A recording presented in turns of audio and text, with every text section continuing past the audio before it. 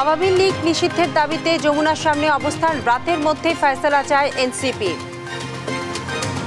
খুনি হাসিনাকে যে কোনো পর্যায়ে আইনা বাংলার জমিনে বিচার করতেই হবে। 24 সালে আব্দুল হামিদের দেশ ছাড়ার ঘটনায় ক্ষোভ, সহায়তাকারীদের শাস্তি দিতে না পারলে চলে যাবেন স্বরাষ্ট্র উপদেষ্টা তদন্ত কমিটি।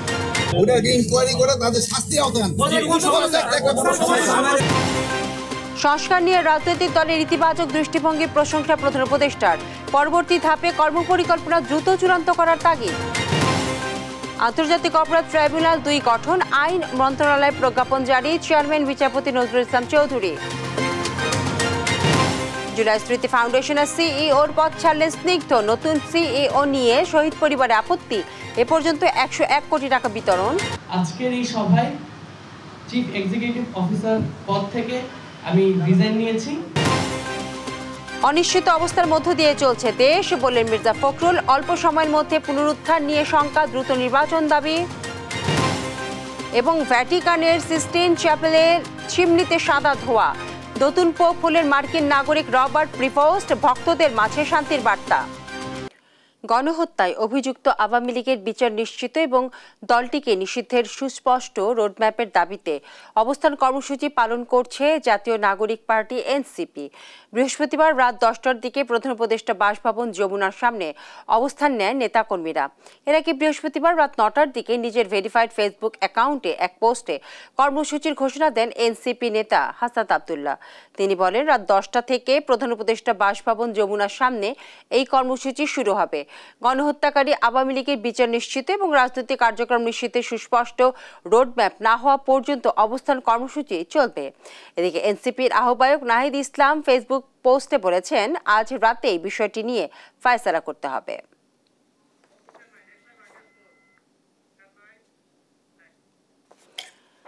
দর্শক, প্রধান উপদেষ্টার বাসভবনের সামনে রয়েছেন আমাদের সহকর্মী আলিমুজ্জামান। আমরা সরাসরি চলে যাচ্ছি সাফওয়ানের কাছে। সাফওয়ান, কর্মসূচিতে এনসিপি কর্মীরা আর কি বলছে? এই মুহূর্তে আমরা প্রধান উপদেষ্টার বাসভবনে রয়েছে এবং এই যে আজকের যে অবস্থান কর্মসূচি যেটি আসলে ডাক দিয়েছেন হাসান আব্দুল্লাহ, সেটি কিন্তু 10টার কিছু পরে শুরু হয়ে এখন পর্যন্ত চলমান রয়েছে এবং ইতিমধ্যেই এরই প্রতিক্রিয়া হিসেবে যুব ক্রীড়া উপদেষ্টা আসিফ মাহমুদ সজীব ভুইয়া তিনি কিন্তু যেটি জানিয়েছেন যে আওয়ামী লীগের যে অঙ্গ সংগঠন রয়েছে যুবলীগ ও স্বেচ্ছাসেবক লীগ, এই দুইটি সংগঠন আসলে নিষিদ্ধের যে প্রক্রিয়া সেটি চলমান রয়েছে।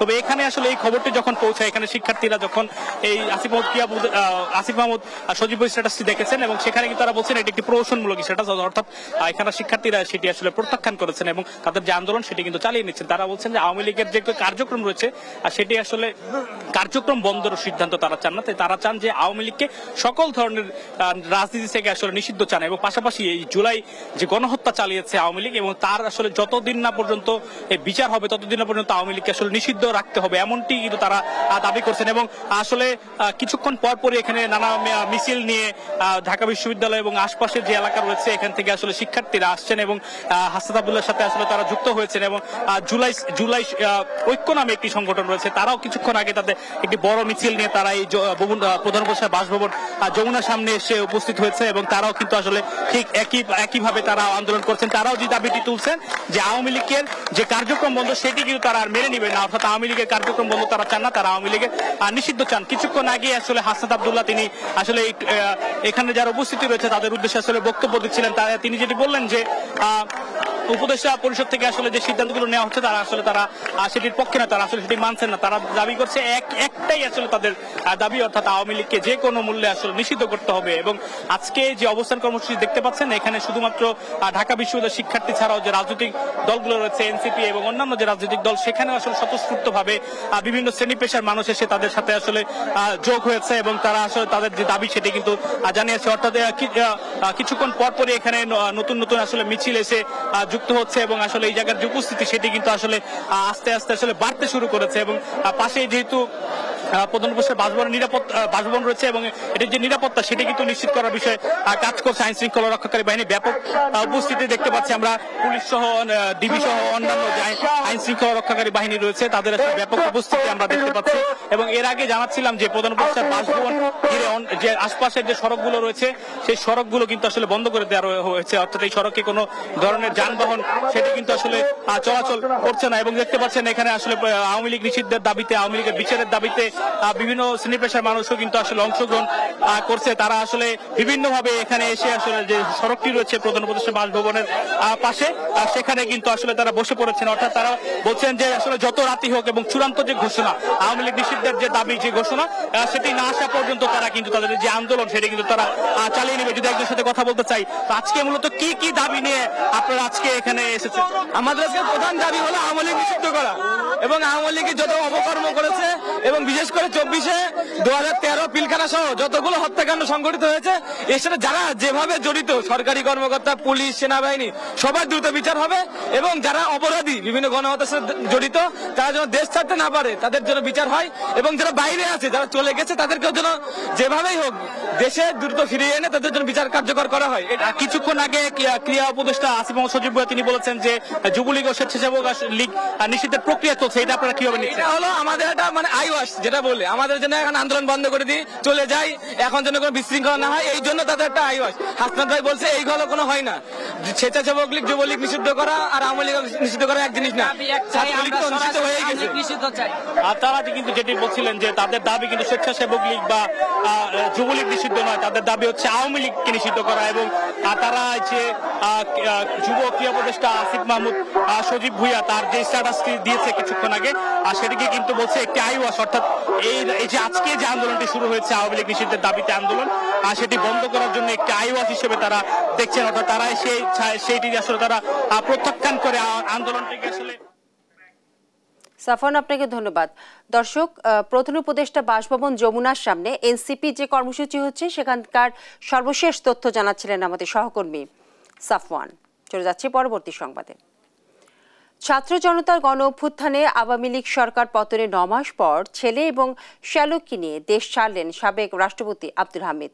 বুধবার দিবাগত রাত 3:05 থাইল্যান্ডের উদ্দেশ্যে দেশ ছাড়েন তিনি। সাবেক রাষ্ট্রপতির দেশ ত্যাগে তোলপাড় সারা দেশ। সহায়তাকারীদের আগামী 3 দিনের মধ্যে গ্রেফতার এবং স্বরাষ্ট্র ও ছাত্র উপদেষ্টাদের পদত্যাগের দাবি করেছে ইনকিলাব মঞ্চ। এদিকে স্বরাষ্ট্র মন্ত্রণালয় ঘেরাও করেছে যুব অধিকার পরিষদ। আরও জানাচ্ছেন ইউসুফ ভুঁইয়া। ছাত্র জনতার গণ অভ্যুত্থানের মুখে গেল বছরের 5 আগস্ট পতন হয় আওয়ামী লীগ সরকারের। এর 9 মাস পর দেশ ছাড়লেন সাবেক রাষ্ট্রপতি আব্দুল হামিদ। বুধবার দিবাগত রাত 3:05 থাইল্যান্ডের উদ্দেশ্যে দেশ ছাড়েন তিনি। শুধু সাবেক রাষ্ট্রপতি আব্দুল হামিদই নয়, তার সঙ্গে ছেলে ও শ্যালকও দেশ ছাড়েন। এভাবে দেশ ছাড়ার সুযোগ পাওয়ায় বর্তমান অন্তর্বর্তী সরকারের কার্যক্রম নিয়ে সমালোচনার ঝড় বইছে। ঢাকা বিশ্ববিদ্যালয়ের মধুর ক্যান্টিনে সংবাদ সম্মেলন করেছে ইনকিলাব মঞ্চ। এ সময় আগামী 3 দিনের মধ্যে ফ্যাসিবাদের দোসর সাবেক রাষ্ট্রপতি আব্দুল হামিদ সহ গণহত্যার সহযোগীদের দেশ ত্যাগে সহায়তাকারীদের গ্রেফতার দাবি জানান মঞ্চের নেতারা। আগামী 3 দিনের মধ্যে সরকারকে বলতে হবে রাষ্ট্রপতির অফিস থেকে হামিদকে ছেড়ে দেওয়ার জন্য কে ফোন দিয়েছে, হু ওয়াজ দ্য ম্যান বলতে হবে। ছাত্র উপদেষ্টা 2 জন আসিফ মাহমুদ, মাহফুজুল আলম, যদি সত্যি দায়দারদের রাজনীতি থেকে থাকে, জুলাই জনতার প্রতি আপনাদের দরদ থেকে থাকে, আজকে না আগামী 3 দিনের মধ্যে এই চেয়ার লাথি মেরে আমাদের কাতারে চলে আসেন। এদিকে সাবেক রাষ্ট্রপতি ও হত্যা মামলার আসামি আব্দুল হামিদের দেশ ছাড়ার প্রতিবাদে স্বরাষ্ট্র মন্ত্রণালয় ঘেরাও করেছে যুব অধিকার পরিষদের নেতাকর্মীরা। বিক্ষোভে যুব অধিকার পরিষদের নেতারা বলেন, ছাত্র জনতার অভ্যুত্থানের 9 মাস পর সাবেক রাষ্ট্রপতি আব্দুল হামিদ রাতের আধারে দেশ ছেড়ে গেলেন। এটা দেশের জনগণের সঙ্গে ধোঁকা। যারা পালিয়েছে প্রত্যেকে অন্তর্বর্তীকালীন সরকারের সহযোগিতায়। আমরা দাবি করছি আগামী 48 ঘন্টার মধ্যে স্বরাষ্ট্র উপদেষ্টার পদত্যাগ করতে হবে। এদিকে অন্তর্বর্তী সরকার এখন পর্যন্ত কি কি বিচার ও সংস্কার করেছে তা জানতে চেয়েছে জাতীয় নাগরিক পার্টির মুখ্য সংগঠক হাসনাত আব্দুল্লাহ। বৃহস্পতিবার সকালে নিজের ফেসবুক অ্যাকাউন্টে পোস্ট করে এসব বিষয় জানতে চান তিনি। হাসনাত আরও বলেন, খুনিকে দেশ থেকে নিরাপদে বেরিয়ে যাওয়ার সুযোগ দেওয়া হয়, পুলিশ আসামি ধরলেও আদালত থেকে জামিন দেওয়া হয়। এ সময় তিনি বলেন, দ্বিতীয় ট্রাইব্যুনাল জানুয়ারিতে হওয়ার কথা থাকলেও মে মাসে এসেও শুরু হয়নি। ইউসুফ ভুঁইয়া, দেশ টিভি, ঢাকা। ফ্যাসিস্ট আওয়ামী লীগ সরকারের সাবেক রাষ্ট্রপতি আব্দুল হামিদকে দেশ ত্যাগে সহায়তাকারীদের শাস্তির আওতায় আনার ঘোষণা দিয়েছেন স্বরাষ্ট্র উপদেষ্টা জাহাঙ্গীর আলম চৌধুরী। তা না পারলে প্রয়োজনে দায়িত্ব ছাড়ার ঘোষণা দেন তিনি। দুপুরে দিনাজপুরে সড়ক অবরোধকারী এনসিপি নেতাকর্মীদের আশ্বস্ত করে এসব কথা বলেন উপদেষ্টা। এদিকে পঞ্চগড়ে এনসিপির উত্তরাঞ্চলীয় মুখ্য সমন্বয়ক সার্জিস আলম বলেন, আব্দুল হামিদকে পালাতে দিয়ে ব্যর্থতার পরিচয় দিয়েছে অন্তর্বর্তী সরকার। সহকর্মীদের পাঠানো তথ্য এবং চিত্রে রয়েছে টুম্পা আফরোজের রিপোর্ট। বৃহস্পতিবার দুপুরে দিনাজপুরের বিরল উপজেলায় বোরো ধান কাটা উৎসব উদ্বোধন করেন কৃষি ও স্বরাষ্ট্র মন্ত্রণালয়ের উপদেষ্টা জাহাঙ্গীর আলম চৌধুরী। আওয়ামী লীগ সরকারের সাবেক রাষ্ট্রপতি আব্দুল হামিদ দেশত্যাগ করায় তার বিরুদ্ধে সেখানে বিক্ষোভ করে এনসিপি নেতাকর্মীরা। এ সময় স্বরাষ্ট্র উপদেষ্টার গাড়িবহর আটকে দেয় তারা। প্রশ্নের মুখে স্বরাষ্ট্র উপদেষ্টা জানান, যদি এর বিরুদ্ধে ব্যবস্থা নিতে না পারেন তাহলে প্রয়োজনে দায়িত্ব ছেড়ে দেবেন তিনি। এটা কোনো অবস্থায় ছাড় দেওয়া যাবে না। এটা তো এই যে ঘটনাটা ঘটছে, এটা যারা জড়িত তাদের অবশ্যই শাস্তির আওতায়। আর যদি না হয় স্যার এটার বিপক্ষে তারা যদি শাস্তির আওতায় না আনে সেই সময় আমি চলে যাব। এদিকে পঞ্চগড়ের আটোয়ারির 12 আউলিয়ার মাজারের ওরস মোবারক দেখতে গেছেন এনসিপির উত্তরাঞ্চলের মুখ্য সমন্বয়ক সার্জিস আলম। সাবেক রাষ্ট্রপতি আব্দুল হামিদকে দেশ ত্যাগের সুযোগ দেয় ক্ষোভ জানান তিনি। বলেন, নিজ এলাকায় সরকারি কোটি কোটি টাকা নষ্ট করেছেন আব্দুল হামিদ। তাকে পালানোর সুযোগ দিয়ে অন্তর্বর্তী সরকার সবচেয়ে বড় ব্যর্থতার পরিচয় দিয়েছে। আব্দুল হামিদ যে রাষ্ট্রপতি ছিল, উনি গতকালকে দেশ ছেড়ে পালিয়েছেন। তিনি পালিয়েছেন না, তাকে পালাতে দেয়া হয়েছে। 9 মাস পরে উনি কিভাবে দেশ ছেড়ে যায়? আওয়ামী লীগের যে কয়েকজন সুবিধাভোগী বাংলাদেশে ছিল তার মধ্যে অন্যতম তিনি। রাষ্ট্রপতি হিসেবে রাষ্ট্রের সর্বোচ্চ সুযোগ সুবিধা তিনি সবসময় পেয়েছেন। রাষ্ট্রপতি হিসেবে তিনি দেশের একটা গুরুত্বপূর্ণ অঞ্চলে টাকাগুলোকে একদম আবর্জনায় ফেলেছেন। এ পর্যন্ত অন্তর্বর্তী সরকার মৌলিক কোনো সংস্কার করতে পারেনি বলেও অভিযোগ করেন সার্জিস আলম। বলেন, সংস্কার ছাড়া সরকার নির্বাচন দিতে চাইলে তা হবে জুলাই শহীদ ও আহতদের রক্তের সঙ্গে বেইমানি। এই ইন্টারিম সরকার এখন পর্যন্ত একটা মৌলিক সংস্কার বাস্তবায়ন করতে পারে নাই। এগুলো না করার পূর্ব পর্যন্ত যদি ইন্টারিম সরকার চিন্তা করে যে তারা একটি নির্বাচনের কথা বলবে, তাহলে এই রক্তের সাথে তাদের বেইমানি হয়। টুম্পা আফরোজ, নিউজ ডেস্ক, দেশ টিভি। সাবেক রাষ্ট্রপতি মোহাম্মদ আব্দুল হামিদের দেশত্যাগের ঘটনায় দায়িত্বে অবহেলার অভিযোগে 3 পুলিশ কর্মকর্তাকে বরখাস্ত করা হয়েছে। বৃহস্পতিবার দিনভর আলোচনা সমালোচনার মধ্যে রাত 7:45 পুলিশ সদর দপ্তর থেকে পাঠানো এক খুদে বার্তায় এই তথ্য নিশ্চিত করা হয়। বার্তায় জানানো হয়, সাবেক রাষ্ট্রপতি মোহাম্মদ আব্দুল হামিদের দেশত্যাগের ঘটনায় দায়িত্বে অবহেলার অভিযোগে ইমিগ্রেশন পুলিশের একজন অতিরিক্ত পুলিশ সুপারকে প্রত্যাহার এবং আব্দুল হামিদের বিরুদ্ধে কিশোরগঞ্জের সদর থানায় দায়েরকৃত মামলার তদন্তকারী কর্মকর্তা এবং এসপির একজন কর্মকর্তাকে সাময়িক বরখাস্ত করা হয়েছে। তবে বরখাস্তকৃত 3 পুলিশ কর্মকর্তার নাম প্রকাশ করা হয়নি পুলিশ সদর দপ্তর থেকে। এদিকে ঘটনা তদন্তে 3 সদস্যের একটি কমিটি গঠন করা হয়েছে। জাতীয় ঐকমত্য কমিশনের সঙ্গে প্রথম ধাপের আলোচনায় সংস্কারের বিষয়ে রাজনৈতিক দলগুলো ইতিবাচক দৃষ্টিভঙ্গির প্রশংসা করেছেন প্রধান উপদেষ্টা এবং কমিশন প্রধান প্রফেসর ডক্টর মোহাম্মদ ইউনূস। বৃহস্পতিবার বিকেল 4:30টায় রাষ্ট্রীয় অতিথি ভবন যমুনায় প্রধান উপদেষ্টার সভাপতিত্বে জাতীয় ঐকমত্য কমিশনের সভা অনুষ্ঠিত হয়। সভায় কমিশনের সামগ্রিক কার্যক্রমের অগ্রগতি পর্যালোচনা করা হয়। প্রথম ধাপের আলোচনায় সংস্কার নিয়ে রাজনৈতিক দলগুলোর ইতিবাচক দৃষ্টিভঙ্গির প্রশংসা করেন প্রধান উপদেষ্টা। সেই সঙ্গে রাজনৈতিক দলগুলোর সঙ্গে পরবর্তী ধাপের আলোচনার কর্মপরিকল্পনা দ্রুত চূড়ান্ত করার জন্য তাগিদ দেন তিনি। 1.5 ঘণ্টাব্যাপী এই সভায় অংশগ্রহণ করেন জাতীয় ঐকমত্য কমিশনের সহ সভাপতি অধ্যাপক আলী রিয়াজ, সদস্য ডক্টর বদিউর আলম মজুমদার এবং ডক্টর ইফতেখারুজ্জামান সহ ঐকমত্য কমিশনের সদস্য ও বিভিন্ন উপদেষ্টারা। বিচারপতি নজরুল ইসলাম চৌধুরীকে চেয়ারম্যান করে আন্তর্জাতিক অপরাধ ট্রাইব্যুনাল 2 গঠন করে প্রজ্ঞাপন জারি করেছে আইন মন্ত্রণালয়। বৃহস্পতিবার আন্তর্জাতিক অপরাধ ট্রাইব্যুনালে প্রাপ্ত অভিযোগ এবং অভিযোগের সংখ্যা, দ্রুত বিচার নিষ্পত্তির প্রয়োজন, কাজের চাপে ইত্যাদির বিবেচনায় এই উদ্যোগ গ্রহণ করা হয়। ট্রাইব্যুনালের সদস্য পদে নিয়োগ পেয়েছেন অবসরপ্রাপ্ত জেলা ও দায়রা জজ মোহাম্মদ মঞ্জুরুল বাসিত এবং মাদারীপুরের জেলা এবং দায়রা জজ নূর মোহাম্মদ শাহরিয়ার কবির। আইন ও বিচার বিভাগের সচিব শেখ আবু তাহের স্বাক্ষরিত প্রজ্ঞাপনে বলা হয়, আন্তর্জাতিক অপরাধ ট্রাইব্যুনাল 2 এর চেয়ারম্যান এবং সদস্যগণ বাংলাদেশ সুপ্রিম কোর্টের হাইকোর্ট বিভাগের বিচারকের প্রাপ্য বেতন ভাতা এবং অন্যান্য সুবিধা প্রাপ্ত হবেন।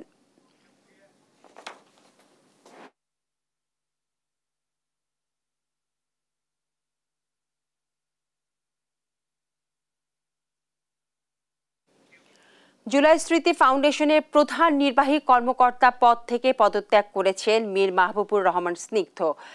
ফাউন্ডেশনের গভর্নিং বডির সদস্য হিসেবে এখন থেকে দায়িত্ব পালন করবেন তিনি। নতুন প্রধান নির্বাহী কর্মকর্তা হিসেবে নিয়োগ দেওয়া হয়েছে অবসরপ্রাপ্ত লেফটেন্যান্ট কর্নেল কামাল আকবরকে। ফাউন্ডেশনের মোট 116 কোটি টাকা থেকে আহতদের 5,437 পরিবার এবং শহীদদের 700 পরিবারকে এখন পর্যন্ত 101 কোটি টাকা প্রদান করা হয়েছে বলে জানানো হয়। আরও জানাচ্ছেন এনআই নাহিদ।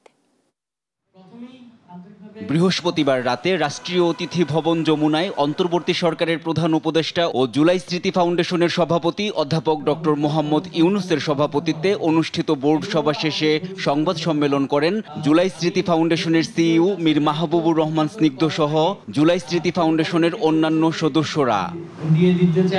এ সময় জুলাই স্মৃতি ফাউন্ডেশনের প্রধান নির্বাহী কর্মকর্তা পদ থেকে পদত্যাগ করেছেন বলে জানান মীর মাহবুবুর রহমান স্নিগ্ধ।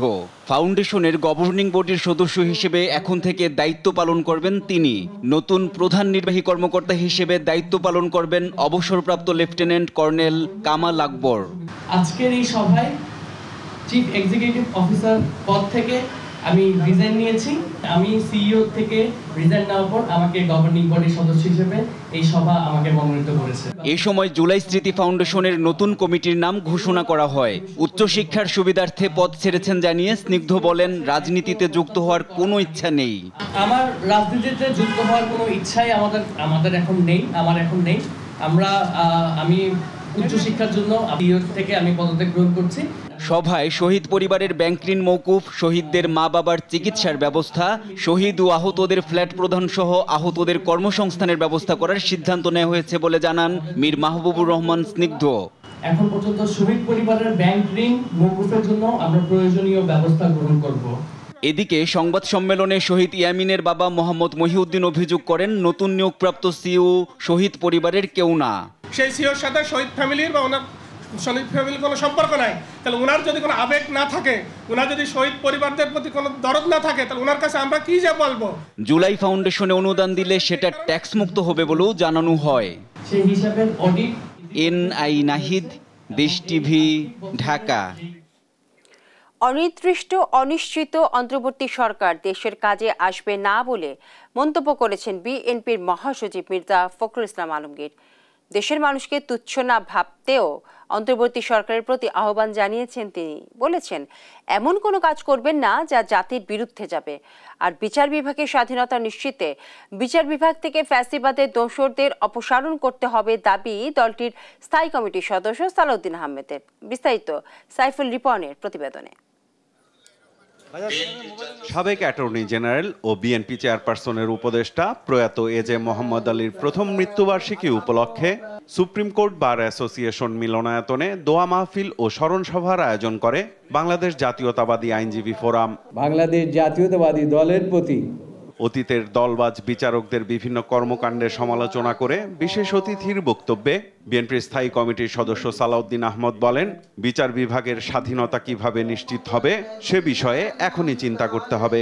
ইন্ডিপেন্ডেন্স অফ জুডিশিয়ারি এনশিওর করার আগে অবশ্যই ফ্যাসিবাদের দোসররা যারা বিভিন্ন জায়গায় অধস্তন এবং উপরের আদালতে বসে আছেন তাদেরকে ক্লিন করতে হবে এবং তাদেরকে বিচারের আওতায় আনতে হবে।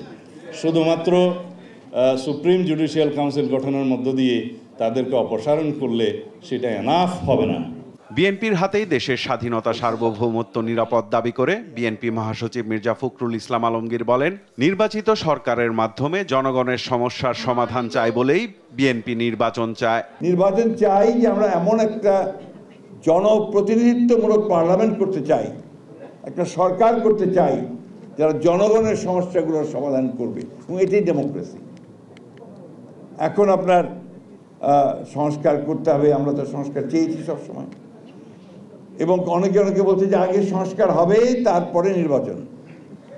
তো সংস্কার তো একটা চলমান প্রক্রিয়া, সংস্কার করতে হতে আপনার 5 বছর 10 বছরও লাগতে পারে, এরকম চলমান। তাহলে নির্বাচন 10 বছর হবে না, আর এই 10 বছর কি ওই ফ্যাসিবাদী আমলাদের হাতেই দেশ চলবে? অভিযোগ করেন দেশের মানুষ ও রাজনৈতিক দলগুলোকে অবজ্ঞা করছে অন্তর্বর্তী সরকার। এমন কোনো কাজ করবেন না যেটা বাংলাদেশের মানুষের জন্য উপযোগী হবে না। আজকে এমন কাজ করছেন যে বাংলাদেশের মানুষ কিছুই জানে না। প্যাসেজ দেবেন, করিডোর দেবেন, সেই করিডোর দেবেন, কারো আলাপই করছেন না। অনুরোধ করব, দয়া করে বাংলাদেশের মানুষকে আন্ডারস্টিমেট করবেন না। এখানে কিছু পণ্ডিত, আপনার একাডেমিশিয়ানস সবাইকে বসে যদি মনে করেন যে ইম্পোজ করে দিতে পারবেন কোনো কিছু যেটা এই দেশের মানুষের পক্ষে যাবে না, সেটা কোনোদিনই করতে পারবেন না। বলেন অনির্দিষ্ট অনিশ্চিত অন্তর্বর্তী সরকার দেশের কোনো কাজে আসবে না। এই অনির্দিষ্ট কালের জন্য একটা অনির্দিষ্ট অনিশ্চিত একটা অন্তর্বর্তী সরকার, এটা কি দেশের মানুষের জন্য কোনো উপকারে আসতে পারে না। সাইফুল রিপন, দেশ টিভি, ঢাকা। পঞ্চম ধাপে আরও 2 মাস বাড়ানো হয়েছে সশস্ত্র বাহিনী ম্যাজিস্ট্রেসি ক্ষমতা। বৃহস্পতিবার জনপ্রশাসন মন্ত্রণালয়ে জারি করা প্রজ্ঞাপনে এই তথ্য জানানো হয়। নতুন সিদ্ধান্ত অনুযায়ী 14 মে থেকে পরবর্তী 60 দিন পর্যন্ত এই সিদ্ধান্ত বলবৎ থাকবে। প্রজ্ঞাপনে বলা হয়, গেল বছর 5 আগস্ট ছাত্র জনতার গণঅভ্যুত্থানের পর সেপ্টেম্বর মাসে বাংলাদেশ সশস্ত্র বাহিনীতে কর্মরত সেনাবাহিনীর ক্যাপ্টেন এবং তদূর্ধ্ব সমমর্যাদার কমিশনপ্রাপ্ত কর্মকর্তাদের 2 মাসের জন্য ম্যাজিস্ট্রেসি ক্ষমতা দেওয়া হয়েছিল। এরপর কয়েক ধাপে এই ক্ষমতা বাড়ানো হচ্ছে। এবার সেটা পঞ্চমবারের মতো বাড়ানো হয়েছে বলে জানিয়েছে জনপ্রশাসন মন্ত্রণালয়ের কর্মকর্তারা।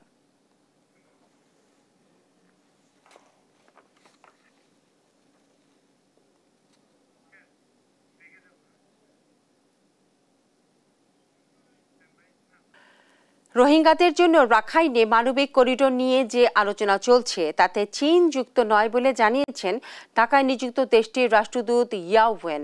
বলেন, প্রত্যাবাসন ছাড়া রোহিঙ্গা সমস্যার কোনো সমাধান নেই বলে মনে করে চীন। রাষ্ট্রদূত আশ্বস্ত করে বলেন, সংকট সমাধান না হওয়া পর্যন্ত বাংলাদেশের পাশে থাকবে তার দেশ। আর রোহিঙ্গা প্রত্যাবাসন পরবর্তী বন্দোবস্ত নিয়ে এখনই ভাবতে হবে বলে মনে করেন আন্তর্জাতিক সম্পর্ক বিশ্লেষক ইমতিয়াজ আহমেদ। আরো জানাচ্ছেন জান্নাতুল মোহনা। বাংলাদেশ চীন কূটনৈতিক সম্পর্কের 50 বছর পূর্তি উপলক্ষে ঢাকায় Bangladesh institute of international and strategic studies BISS A seminar অনুষ্ঠিত হয়। এতে ভারত পাকিস্তান সংঘাত নিয়ে উদ্বেগ জানায় চীনের রাষ্ট্রদূত ইয়াও ওয়েন। বলেন, পাকিস্তানের বিরুদ্ধে সন্ত্রাসবাদের যে অভিযোগ ভারতের, তার নিরপেক্ষ তদন্ত হওয়া প্রয়োজন। চীন সকল ধরনের সন্ত্রাসবাদের বিরোধিতা করে এবং প্রাথমিকভাবে নিরপেক্ষ তদন্তের আহ্বান জানায়। রাষ্ট্রদূত আরো বলেন, মানবিক করিডোরের বিষয়ে চীন জড়িত নয়। রোহিঙ্গা সংকট সমাধান এবং বাংলাদেশের সার্বভৌমত্ব রক্ষায় সবসময় বাংলাদেশের পাশে থাকবে চীন, একথাও জানান তিনি। তথাকথিত মানবিক সহায়তা করিডোর ইস্যুতে চীন জড়িত না। চীন যে কোনো দেশের সার্বভৌমত্ব ও আঞ্চলিক অখণ্ডতাকে সমর্থন করে। সেমিনারে আন্তর্জাতিক সম্পর্ক বিশ্লেষক ডক্টর ইমতিয়াজ আহমেদ বলেন, রোহিঙ্গা প্রত্যাবাসন একটি জটিল প্রক্রিয়া, তবে প্রত্যাবাসন পরবর্তী পদক্ষেপ নিয়ে এখনই ভাবতে হবে।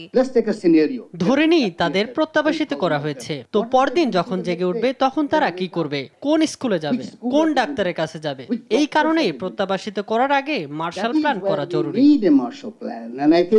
তিস্তা প্রকল্প বাস্তবায়নে সহায়তা করতে চীন প্রস্তুত, তবে চূড়ান্ত সিদ্ধান্ত বাংলাদেশকে নিতে হবে বলে জানান রাষ্ট্রদূত ইয়াও ওয়েন। জান্নাতুল মোহনা, দেশ টিভি, ঢাকা। দুর্নীতি দমন কমিশন দুদকের তলবে হাজির হননি ক্ষমতাচ্যুত সাবেক প্রধানমন্ত্রী শেখ হাসিনা। এদিকে শেখ রেহানার মেয়ে ব্রিটিশ এমপি টিউলিপ সিদ্দিককে গুলশানের প্লট জালিয়াতি মামলায় দুদকের মুখোমুখি করতে আগামী 14 মে তলব করেছে সংস্থাটি। একই দিন 211 কোটি টাকার বেশি অস্বাভাবিক লেনদেনে মামলা হয় নোয়াখালী 3 আসনের এমপি মামুনুর রশিদ কিরণ দম্পতির বিরুদ্ধে। ফজলে আদিত্য রিপোর্ট। বিগত 15 বছরে বিমানবন্দরের উন্নয়নের নামে হাজার কোটি টাকা লুটপাটের অভিযোগে সাবেক প্রধানমন্ত্রী শেখ হাসিনাকে বৃহস্পতিবার দুদকের প্রধান কার্যালয়ে তলব করে সংস্থাটি। তবে তিনি উপস্থিত হননি। তাহলে কি আত্মপক্ষ সমর্থনের সুযোগ হারাতে যাচ্ছেন সাবেক এই প্রধানমন্ত্রী?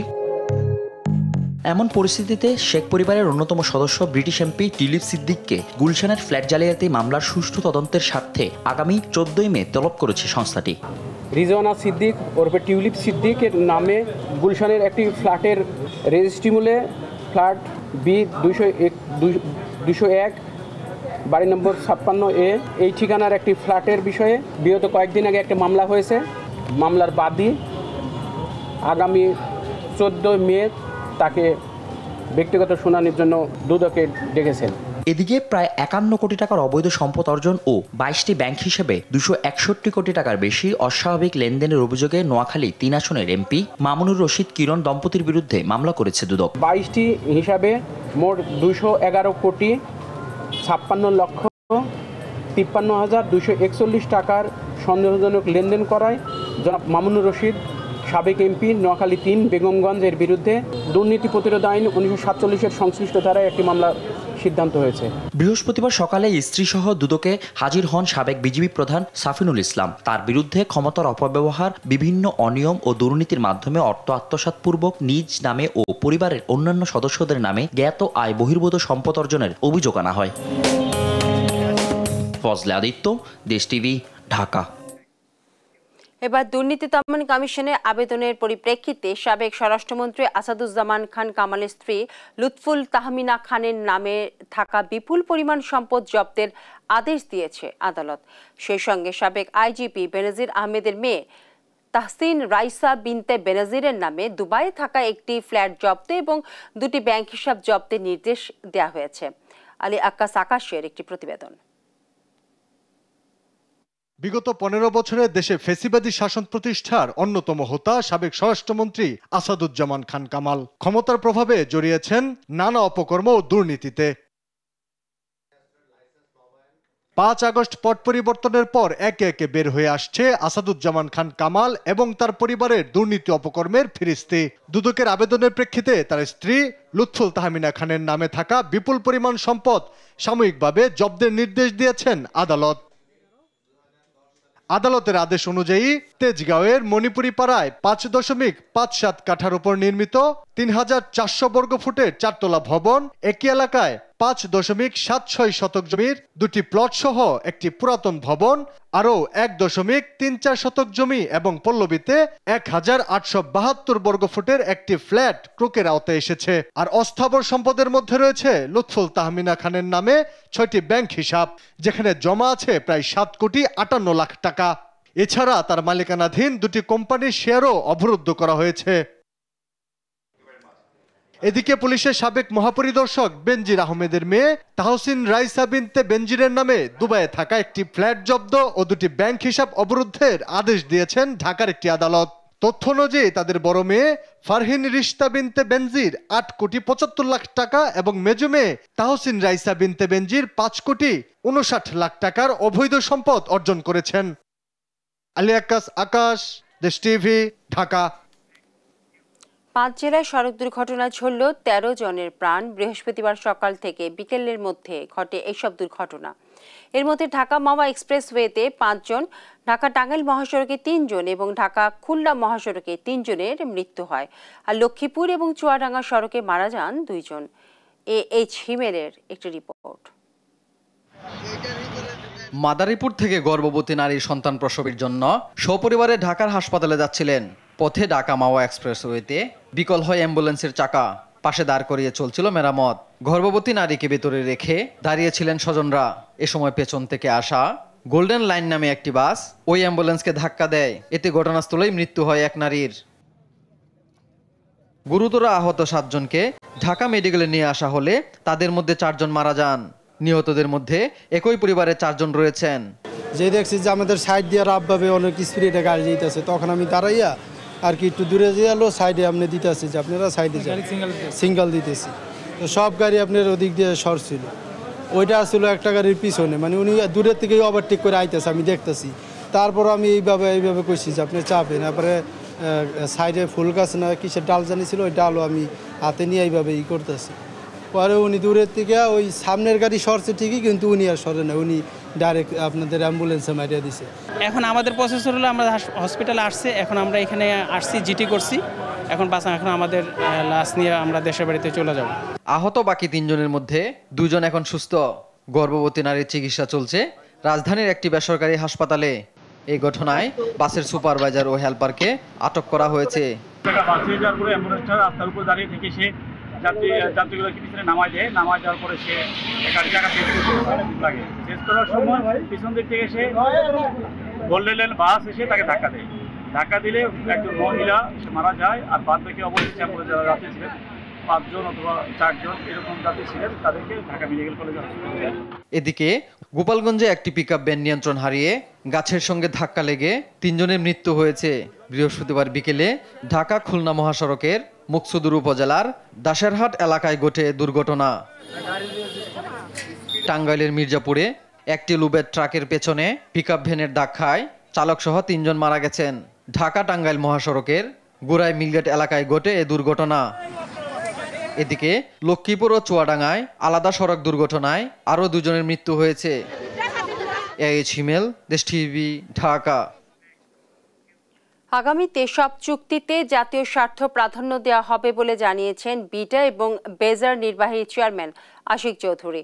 বৃহস্পতিবার বিকেলে চট্টগ্রাম সার্কিট হাউসের সম্মেলন কক্ষে সংবাদ সম্মেলনে এসব কথা বলেন তিনি। এটাকে সকালে চট্টগ্রাম বন্দরের লালদিয়া টার্মিনাল পরিদর্শন করেন বেজা চেয়ারম্যান। সহকর্মী AKM নাজিমের তথ্য এবং ছবিতে জানাচ্ছেন শামীম হোসেন। বৃহস্পতিবার চট্টগ্রাম বন্দরের কার্যক্রম ঘুরে দেখেন বাংলাদেশ বিনিয়োগ উন্নয়ন কর্তৃপক্ষ ও বাংলাদেশ অর্থনৈতিক অঞ্চল কর্তৃপক্ষের নির্বাহী চেয়ারম্যান আশিক চৌধুরী। বিকেলে চট্টগ্রাম সার্কিট হাউসে সাংবাদিকদের মুখোমুখি হন তিনি। বলেন, আগামীতে সব চুক্তিতে জাতীয় স্বার্থ প্রাধান্য দেয়া হবে। আমরা আমাদের পজিশনটাকে খুব ক্লিয়ার করে দিয়েছি আমাদের কাছে যে আমাদের যে এক্সিস্টিং ওয়ার্কার আছে তাদের রাইটটাকে অ্যাবসলিউটলি এনশিওর করতে হবে। তাদেরকে এনশিওর করতে হবে যে তারা তাদের যথেষ্ট পরিমাণ স্কিল ট্রান্সফারের যে ব্যবস্থাটা ওনারা আমাদের করে দেবেন। ওনারা ট্রেনিং ইনস্টিটিউট করতে পারেন, whichever form, ওনাদেরকে মেক শিওর করতে হবে যে ওনারা স্কিলটা যাতে ট্রান্সফার করতে পারেন, আমাদের নিজেদের ওয়ার্কফোর্স যাতে ওভাবে তৈরি হয়ে যায়। আসন্ন বাজেট প্রসঙ্গে বিডা চেয়ারম্যান বলেন, এবারের বাজেট হবে মডেল বাজেট। দেশে বিনিয়োগে বিদেশিদের চাহিদা সম্পর্কে বলেন, বিদেশি বিনিয়োগ আকৃষ্ট করতে নানা উদ্যোগ নিয়েছে সরকার। প্রধান উপদেষ্টার একার পক্ষে দুর্নীতি বন্ধ করা সম্ভব নয় বলেও মন্তব্য করেন তিনি। বাংলাদেশকে আমরা একটা ফ্যাক্টরি করতে চাই, গ্লোবাল ফ্যাক্টরি করতে চাই, গ্লোবাল ম্যানুফ্যাকচারিং করতে চাই। আমরা বলি যে প্রধান উপদেষ্টা তো অনেক কথা বলছেন যে উনি চান যে করাপশন কমপ্লিটলি বন্ধ হয়ে যায়, কিন্তু ওনার একার পক্ষে কিন্তু বা আমার একার পক্ষে করাপশন বন্ধ করা সম্ভব না। Entire society needs to change and operate. এর আগে সকালে প্রধান উপদেষ্টার প্রেস সচিব শফিকুর রহমানকে সঙ্গে নিয়ে চট্টগ্রাম বন্দরের লালদিয়া টার্মিনাল পরিদর্শন করেন তিনি। এই সময় বিডা চেয়ারম্যান বলেন, 2024 সালে লালদিয়া টার্মিনালে কার্যক্রম শুরু করে APM টার্মিনালস। শুরুতে 300 থেকে 400 মিলিয়ন ডলার বিনিয়োগের কথা থাকলেও তা বাড়িয়ে 800 মিলিয়ন ডলার করা হয়েছে। এর মাধ্যমে অনেক মানুষের কর্মসংস্থান হবে এবং অ্যাট দ্য সেম টাইম আমাদের যে ওভারঅল FDI নাম্বারটা, সেই নাম্বারটাতে একটা সিগনিফিকেন্ট স্পাইক হবে। সো এই কারণে আমরা আর কি এই প্রজেক্টটাকে খুবই সিরিয়াসলি, খুবই ডেডিকেটেডলি ট্র্যাক করার চেষ্টা করছি। বিডা থেকে ট্র্যাক করার মূল কারণ হচ্ছে ইনভেস্টমেন্টের পিসটাতে। বাংলাদেশকে একটি উৎপাদন কেন্দ্র হিসেবে গড়ে তুলতে হলে বন্দরগুলোর উন্নয়ন জরুরি বলেও মন্তব্য করেন তিনি। নিউজ ডেস্ক, দেশ টিভি। বিশ্বকবি রবীন্দ্রনাথ ঠাকুরের 164তম জন্মবার্ষিকী উপলক্ষে কুষ্টিয়া শিরাইদহে কুঠিবাড়ি এবং সিরাজগঞ্জের শাহজাদপুরের কাছারি বাড়িতে 3 দিন ব্যাপী জাতীয় অনুষ্ঠানের উদ্বোধন করা হয়েছে। শ্রদ্ধা নিবেদন এবং আলোচনা সভা শেষে শুরু হয় রবীন্দ্রসঙ্গীত, কবিতা, আবৃত্তি, দলীয় নৃত্য এবং রবীন্দ্রনাথের লেখা নাটক পরিবেশন। নিজ জেলা ছাড়াও জাতীয় পর্যায়ের শিল্পীরা এতে অংশগ্রহণ করেছেন। সহকর্মীদের পাঠানো তথ্য এবং চিত্রে রয়েছে টুম্পা আফরোজের রিপোর্ট। যদি তোর ডাক শুনে কেউ না আসে তবে একলা চলো রে। 1861 সালের 25শে বৈশাখ বিশ্বকবি রবীন্দ্রনাথ ঠাকুরের জন্ম হয় এই ধরণীতে। আজ তার 164তম জন্মবার্ষিকী উপলক্ষে কুষ্টিয়ার শিলাইদহের কুঠিবাড়িতে 3 দিনব্যাপী জাতীয় অনুষ্ঠানমালার আনুষ্ঠানিক উদ্বোধন করা হয়েছে। বৃহস্পতিবার সকালে অনুষ্ঠানে ভার্চুয়ালি যুক্ত হয়ে বক্তব্য রাখেন সংস্কৃতি বিষয়ক মন্ত্রণালয়ের উপদেষ্টা মোস্তফা সরোয়ার ফারুকী। জেলা শিল্পকলা একাডেমির শিল্পীদের কণ্ঠে জাতীয় ও রবীন্দ্রসঙ্গীতের মাধ্যমে অনুষ্ঠানের সূচনা করা হয়।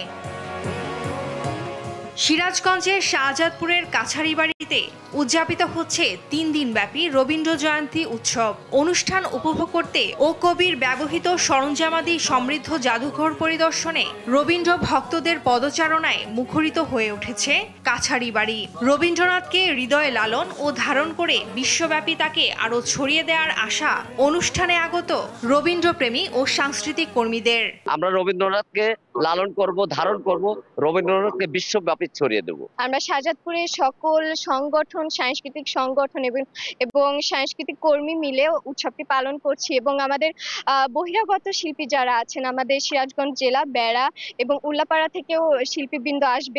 3 দিনের অনুষ্ঠান সুন্দর ও নিরাপদ করতে কয়েক স্তরে নিরাপত্তা ব্যবস্থা নেওয়া হয়েছে বলে জানান পুলিশ সুপার।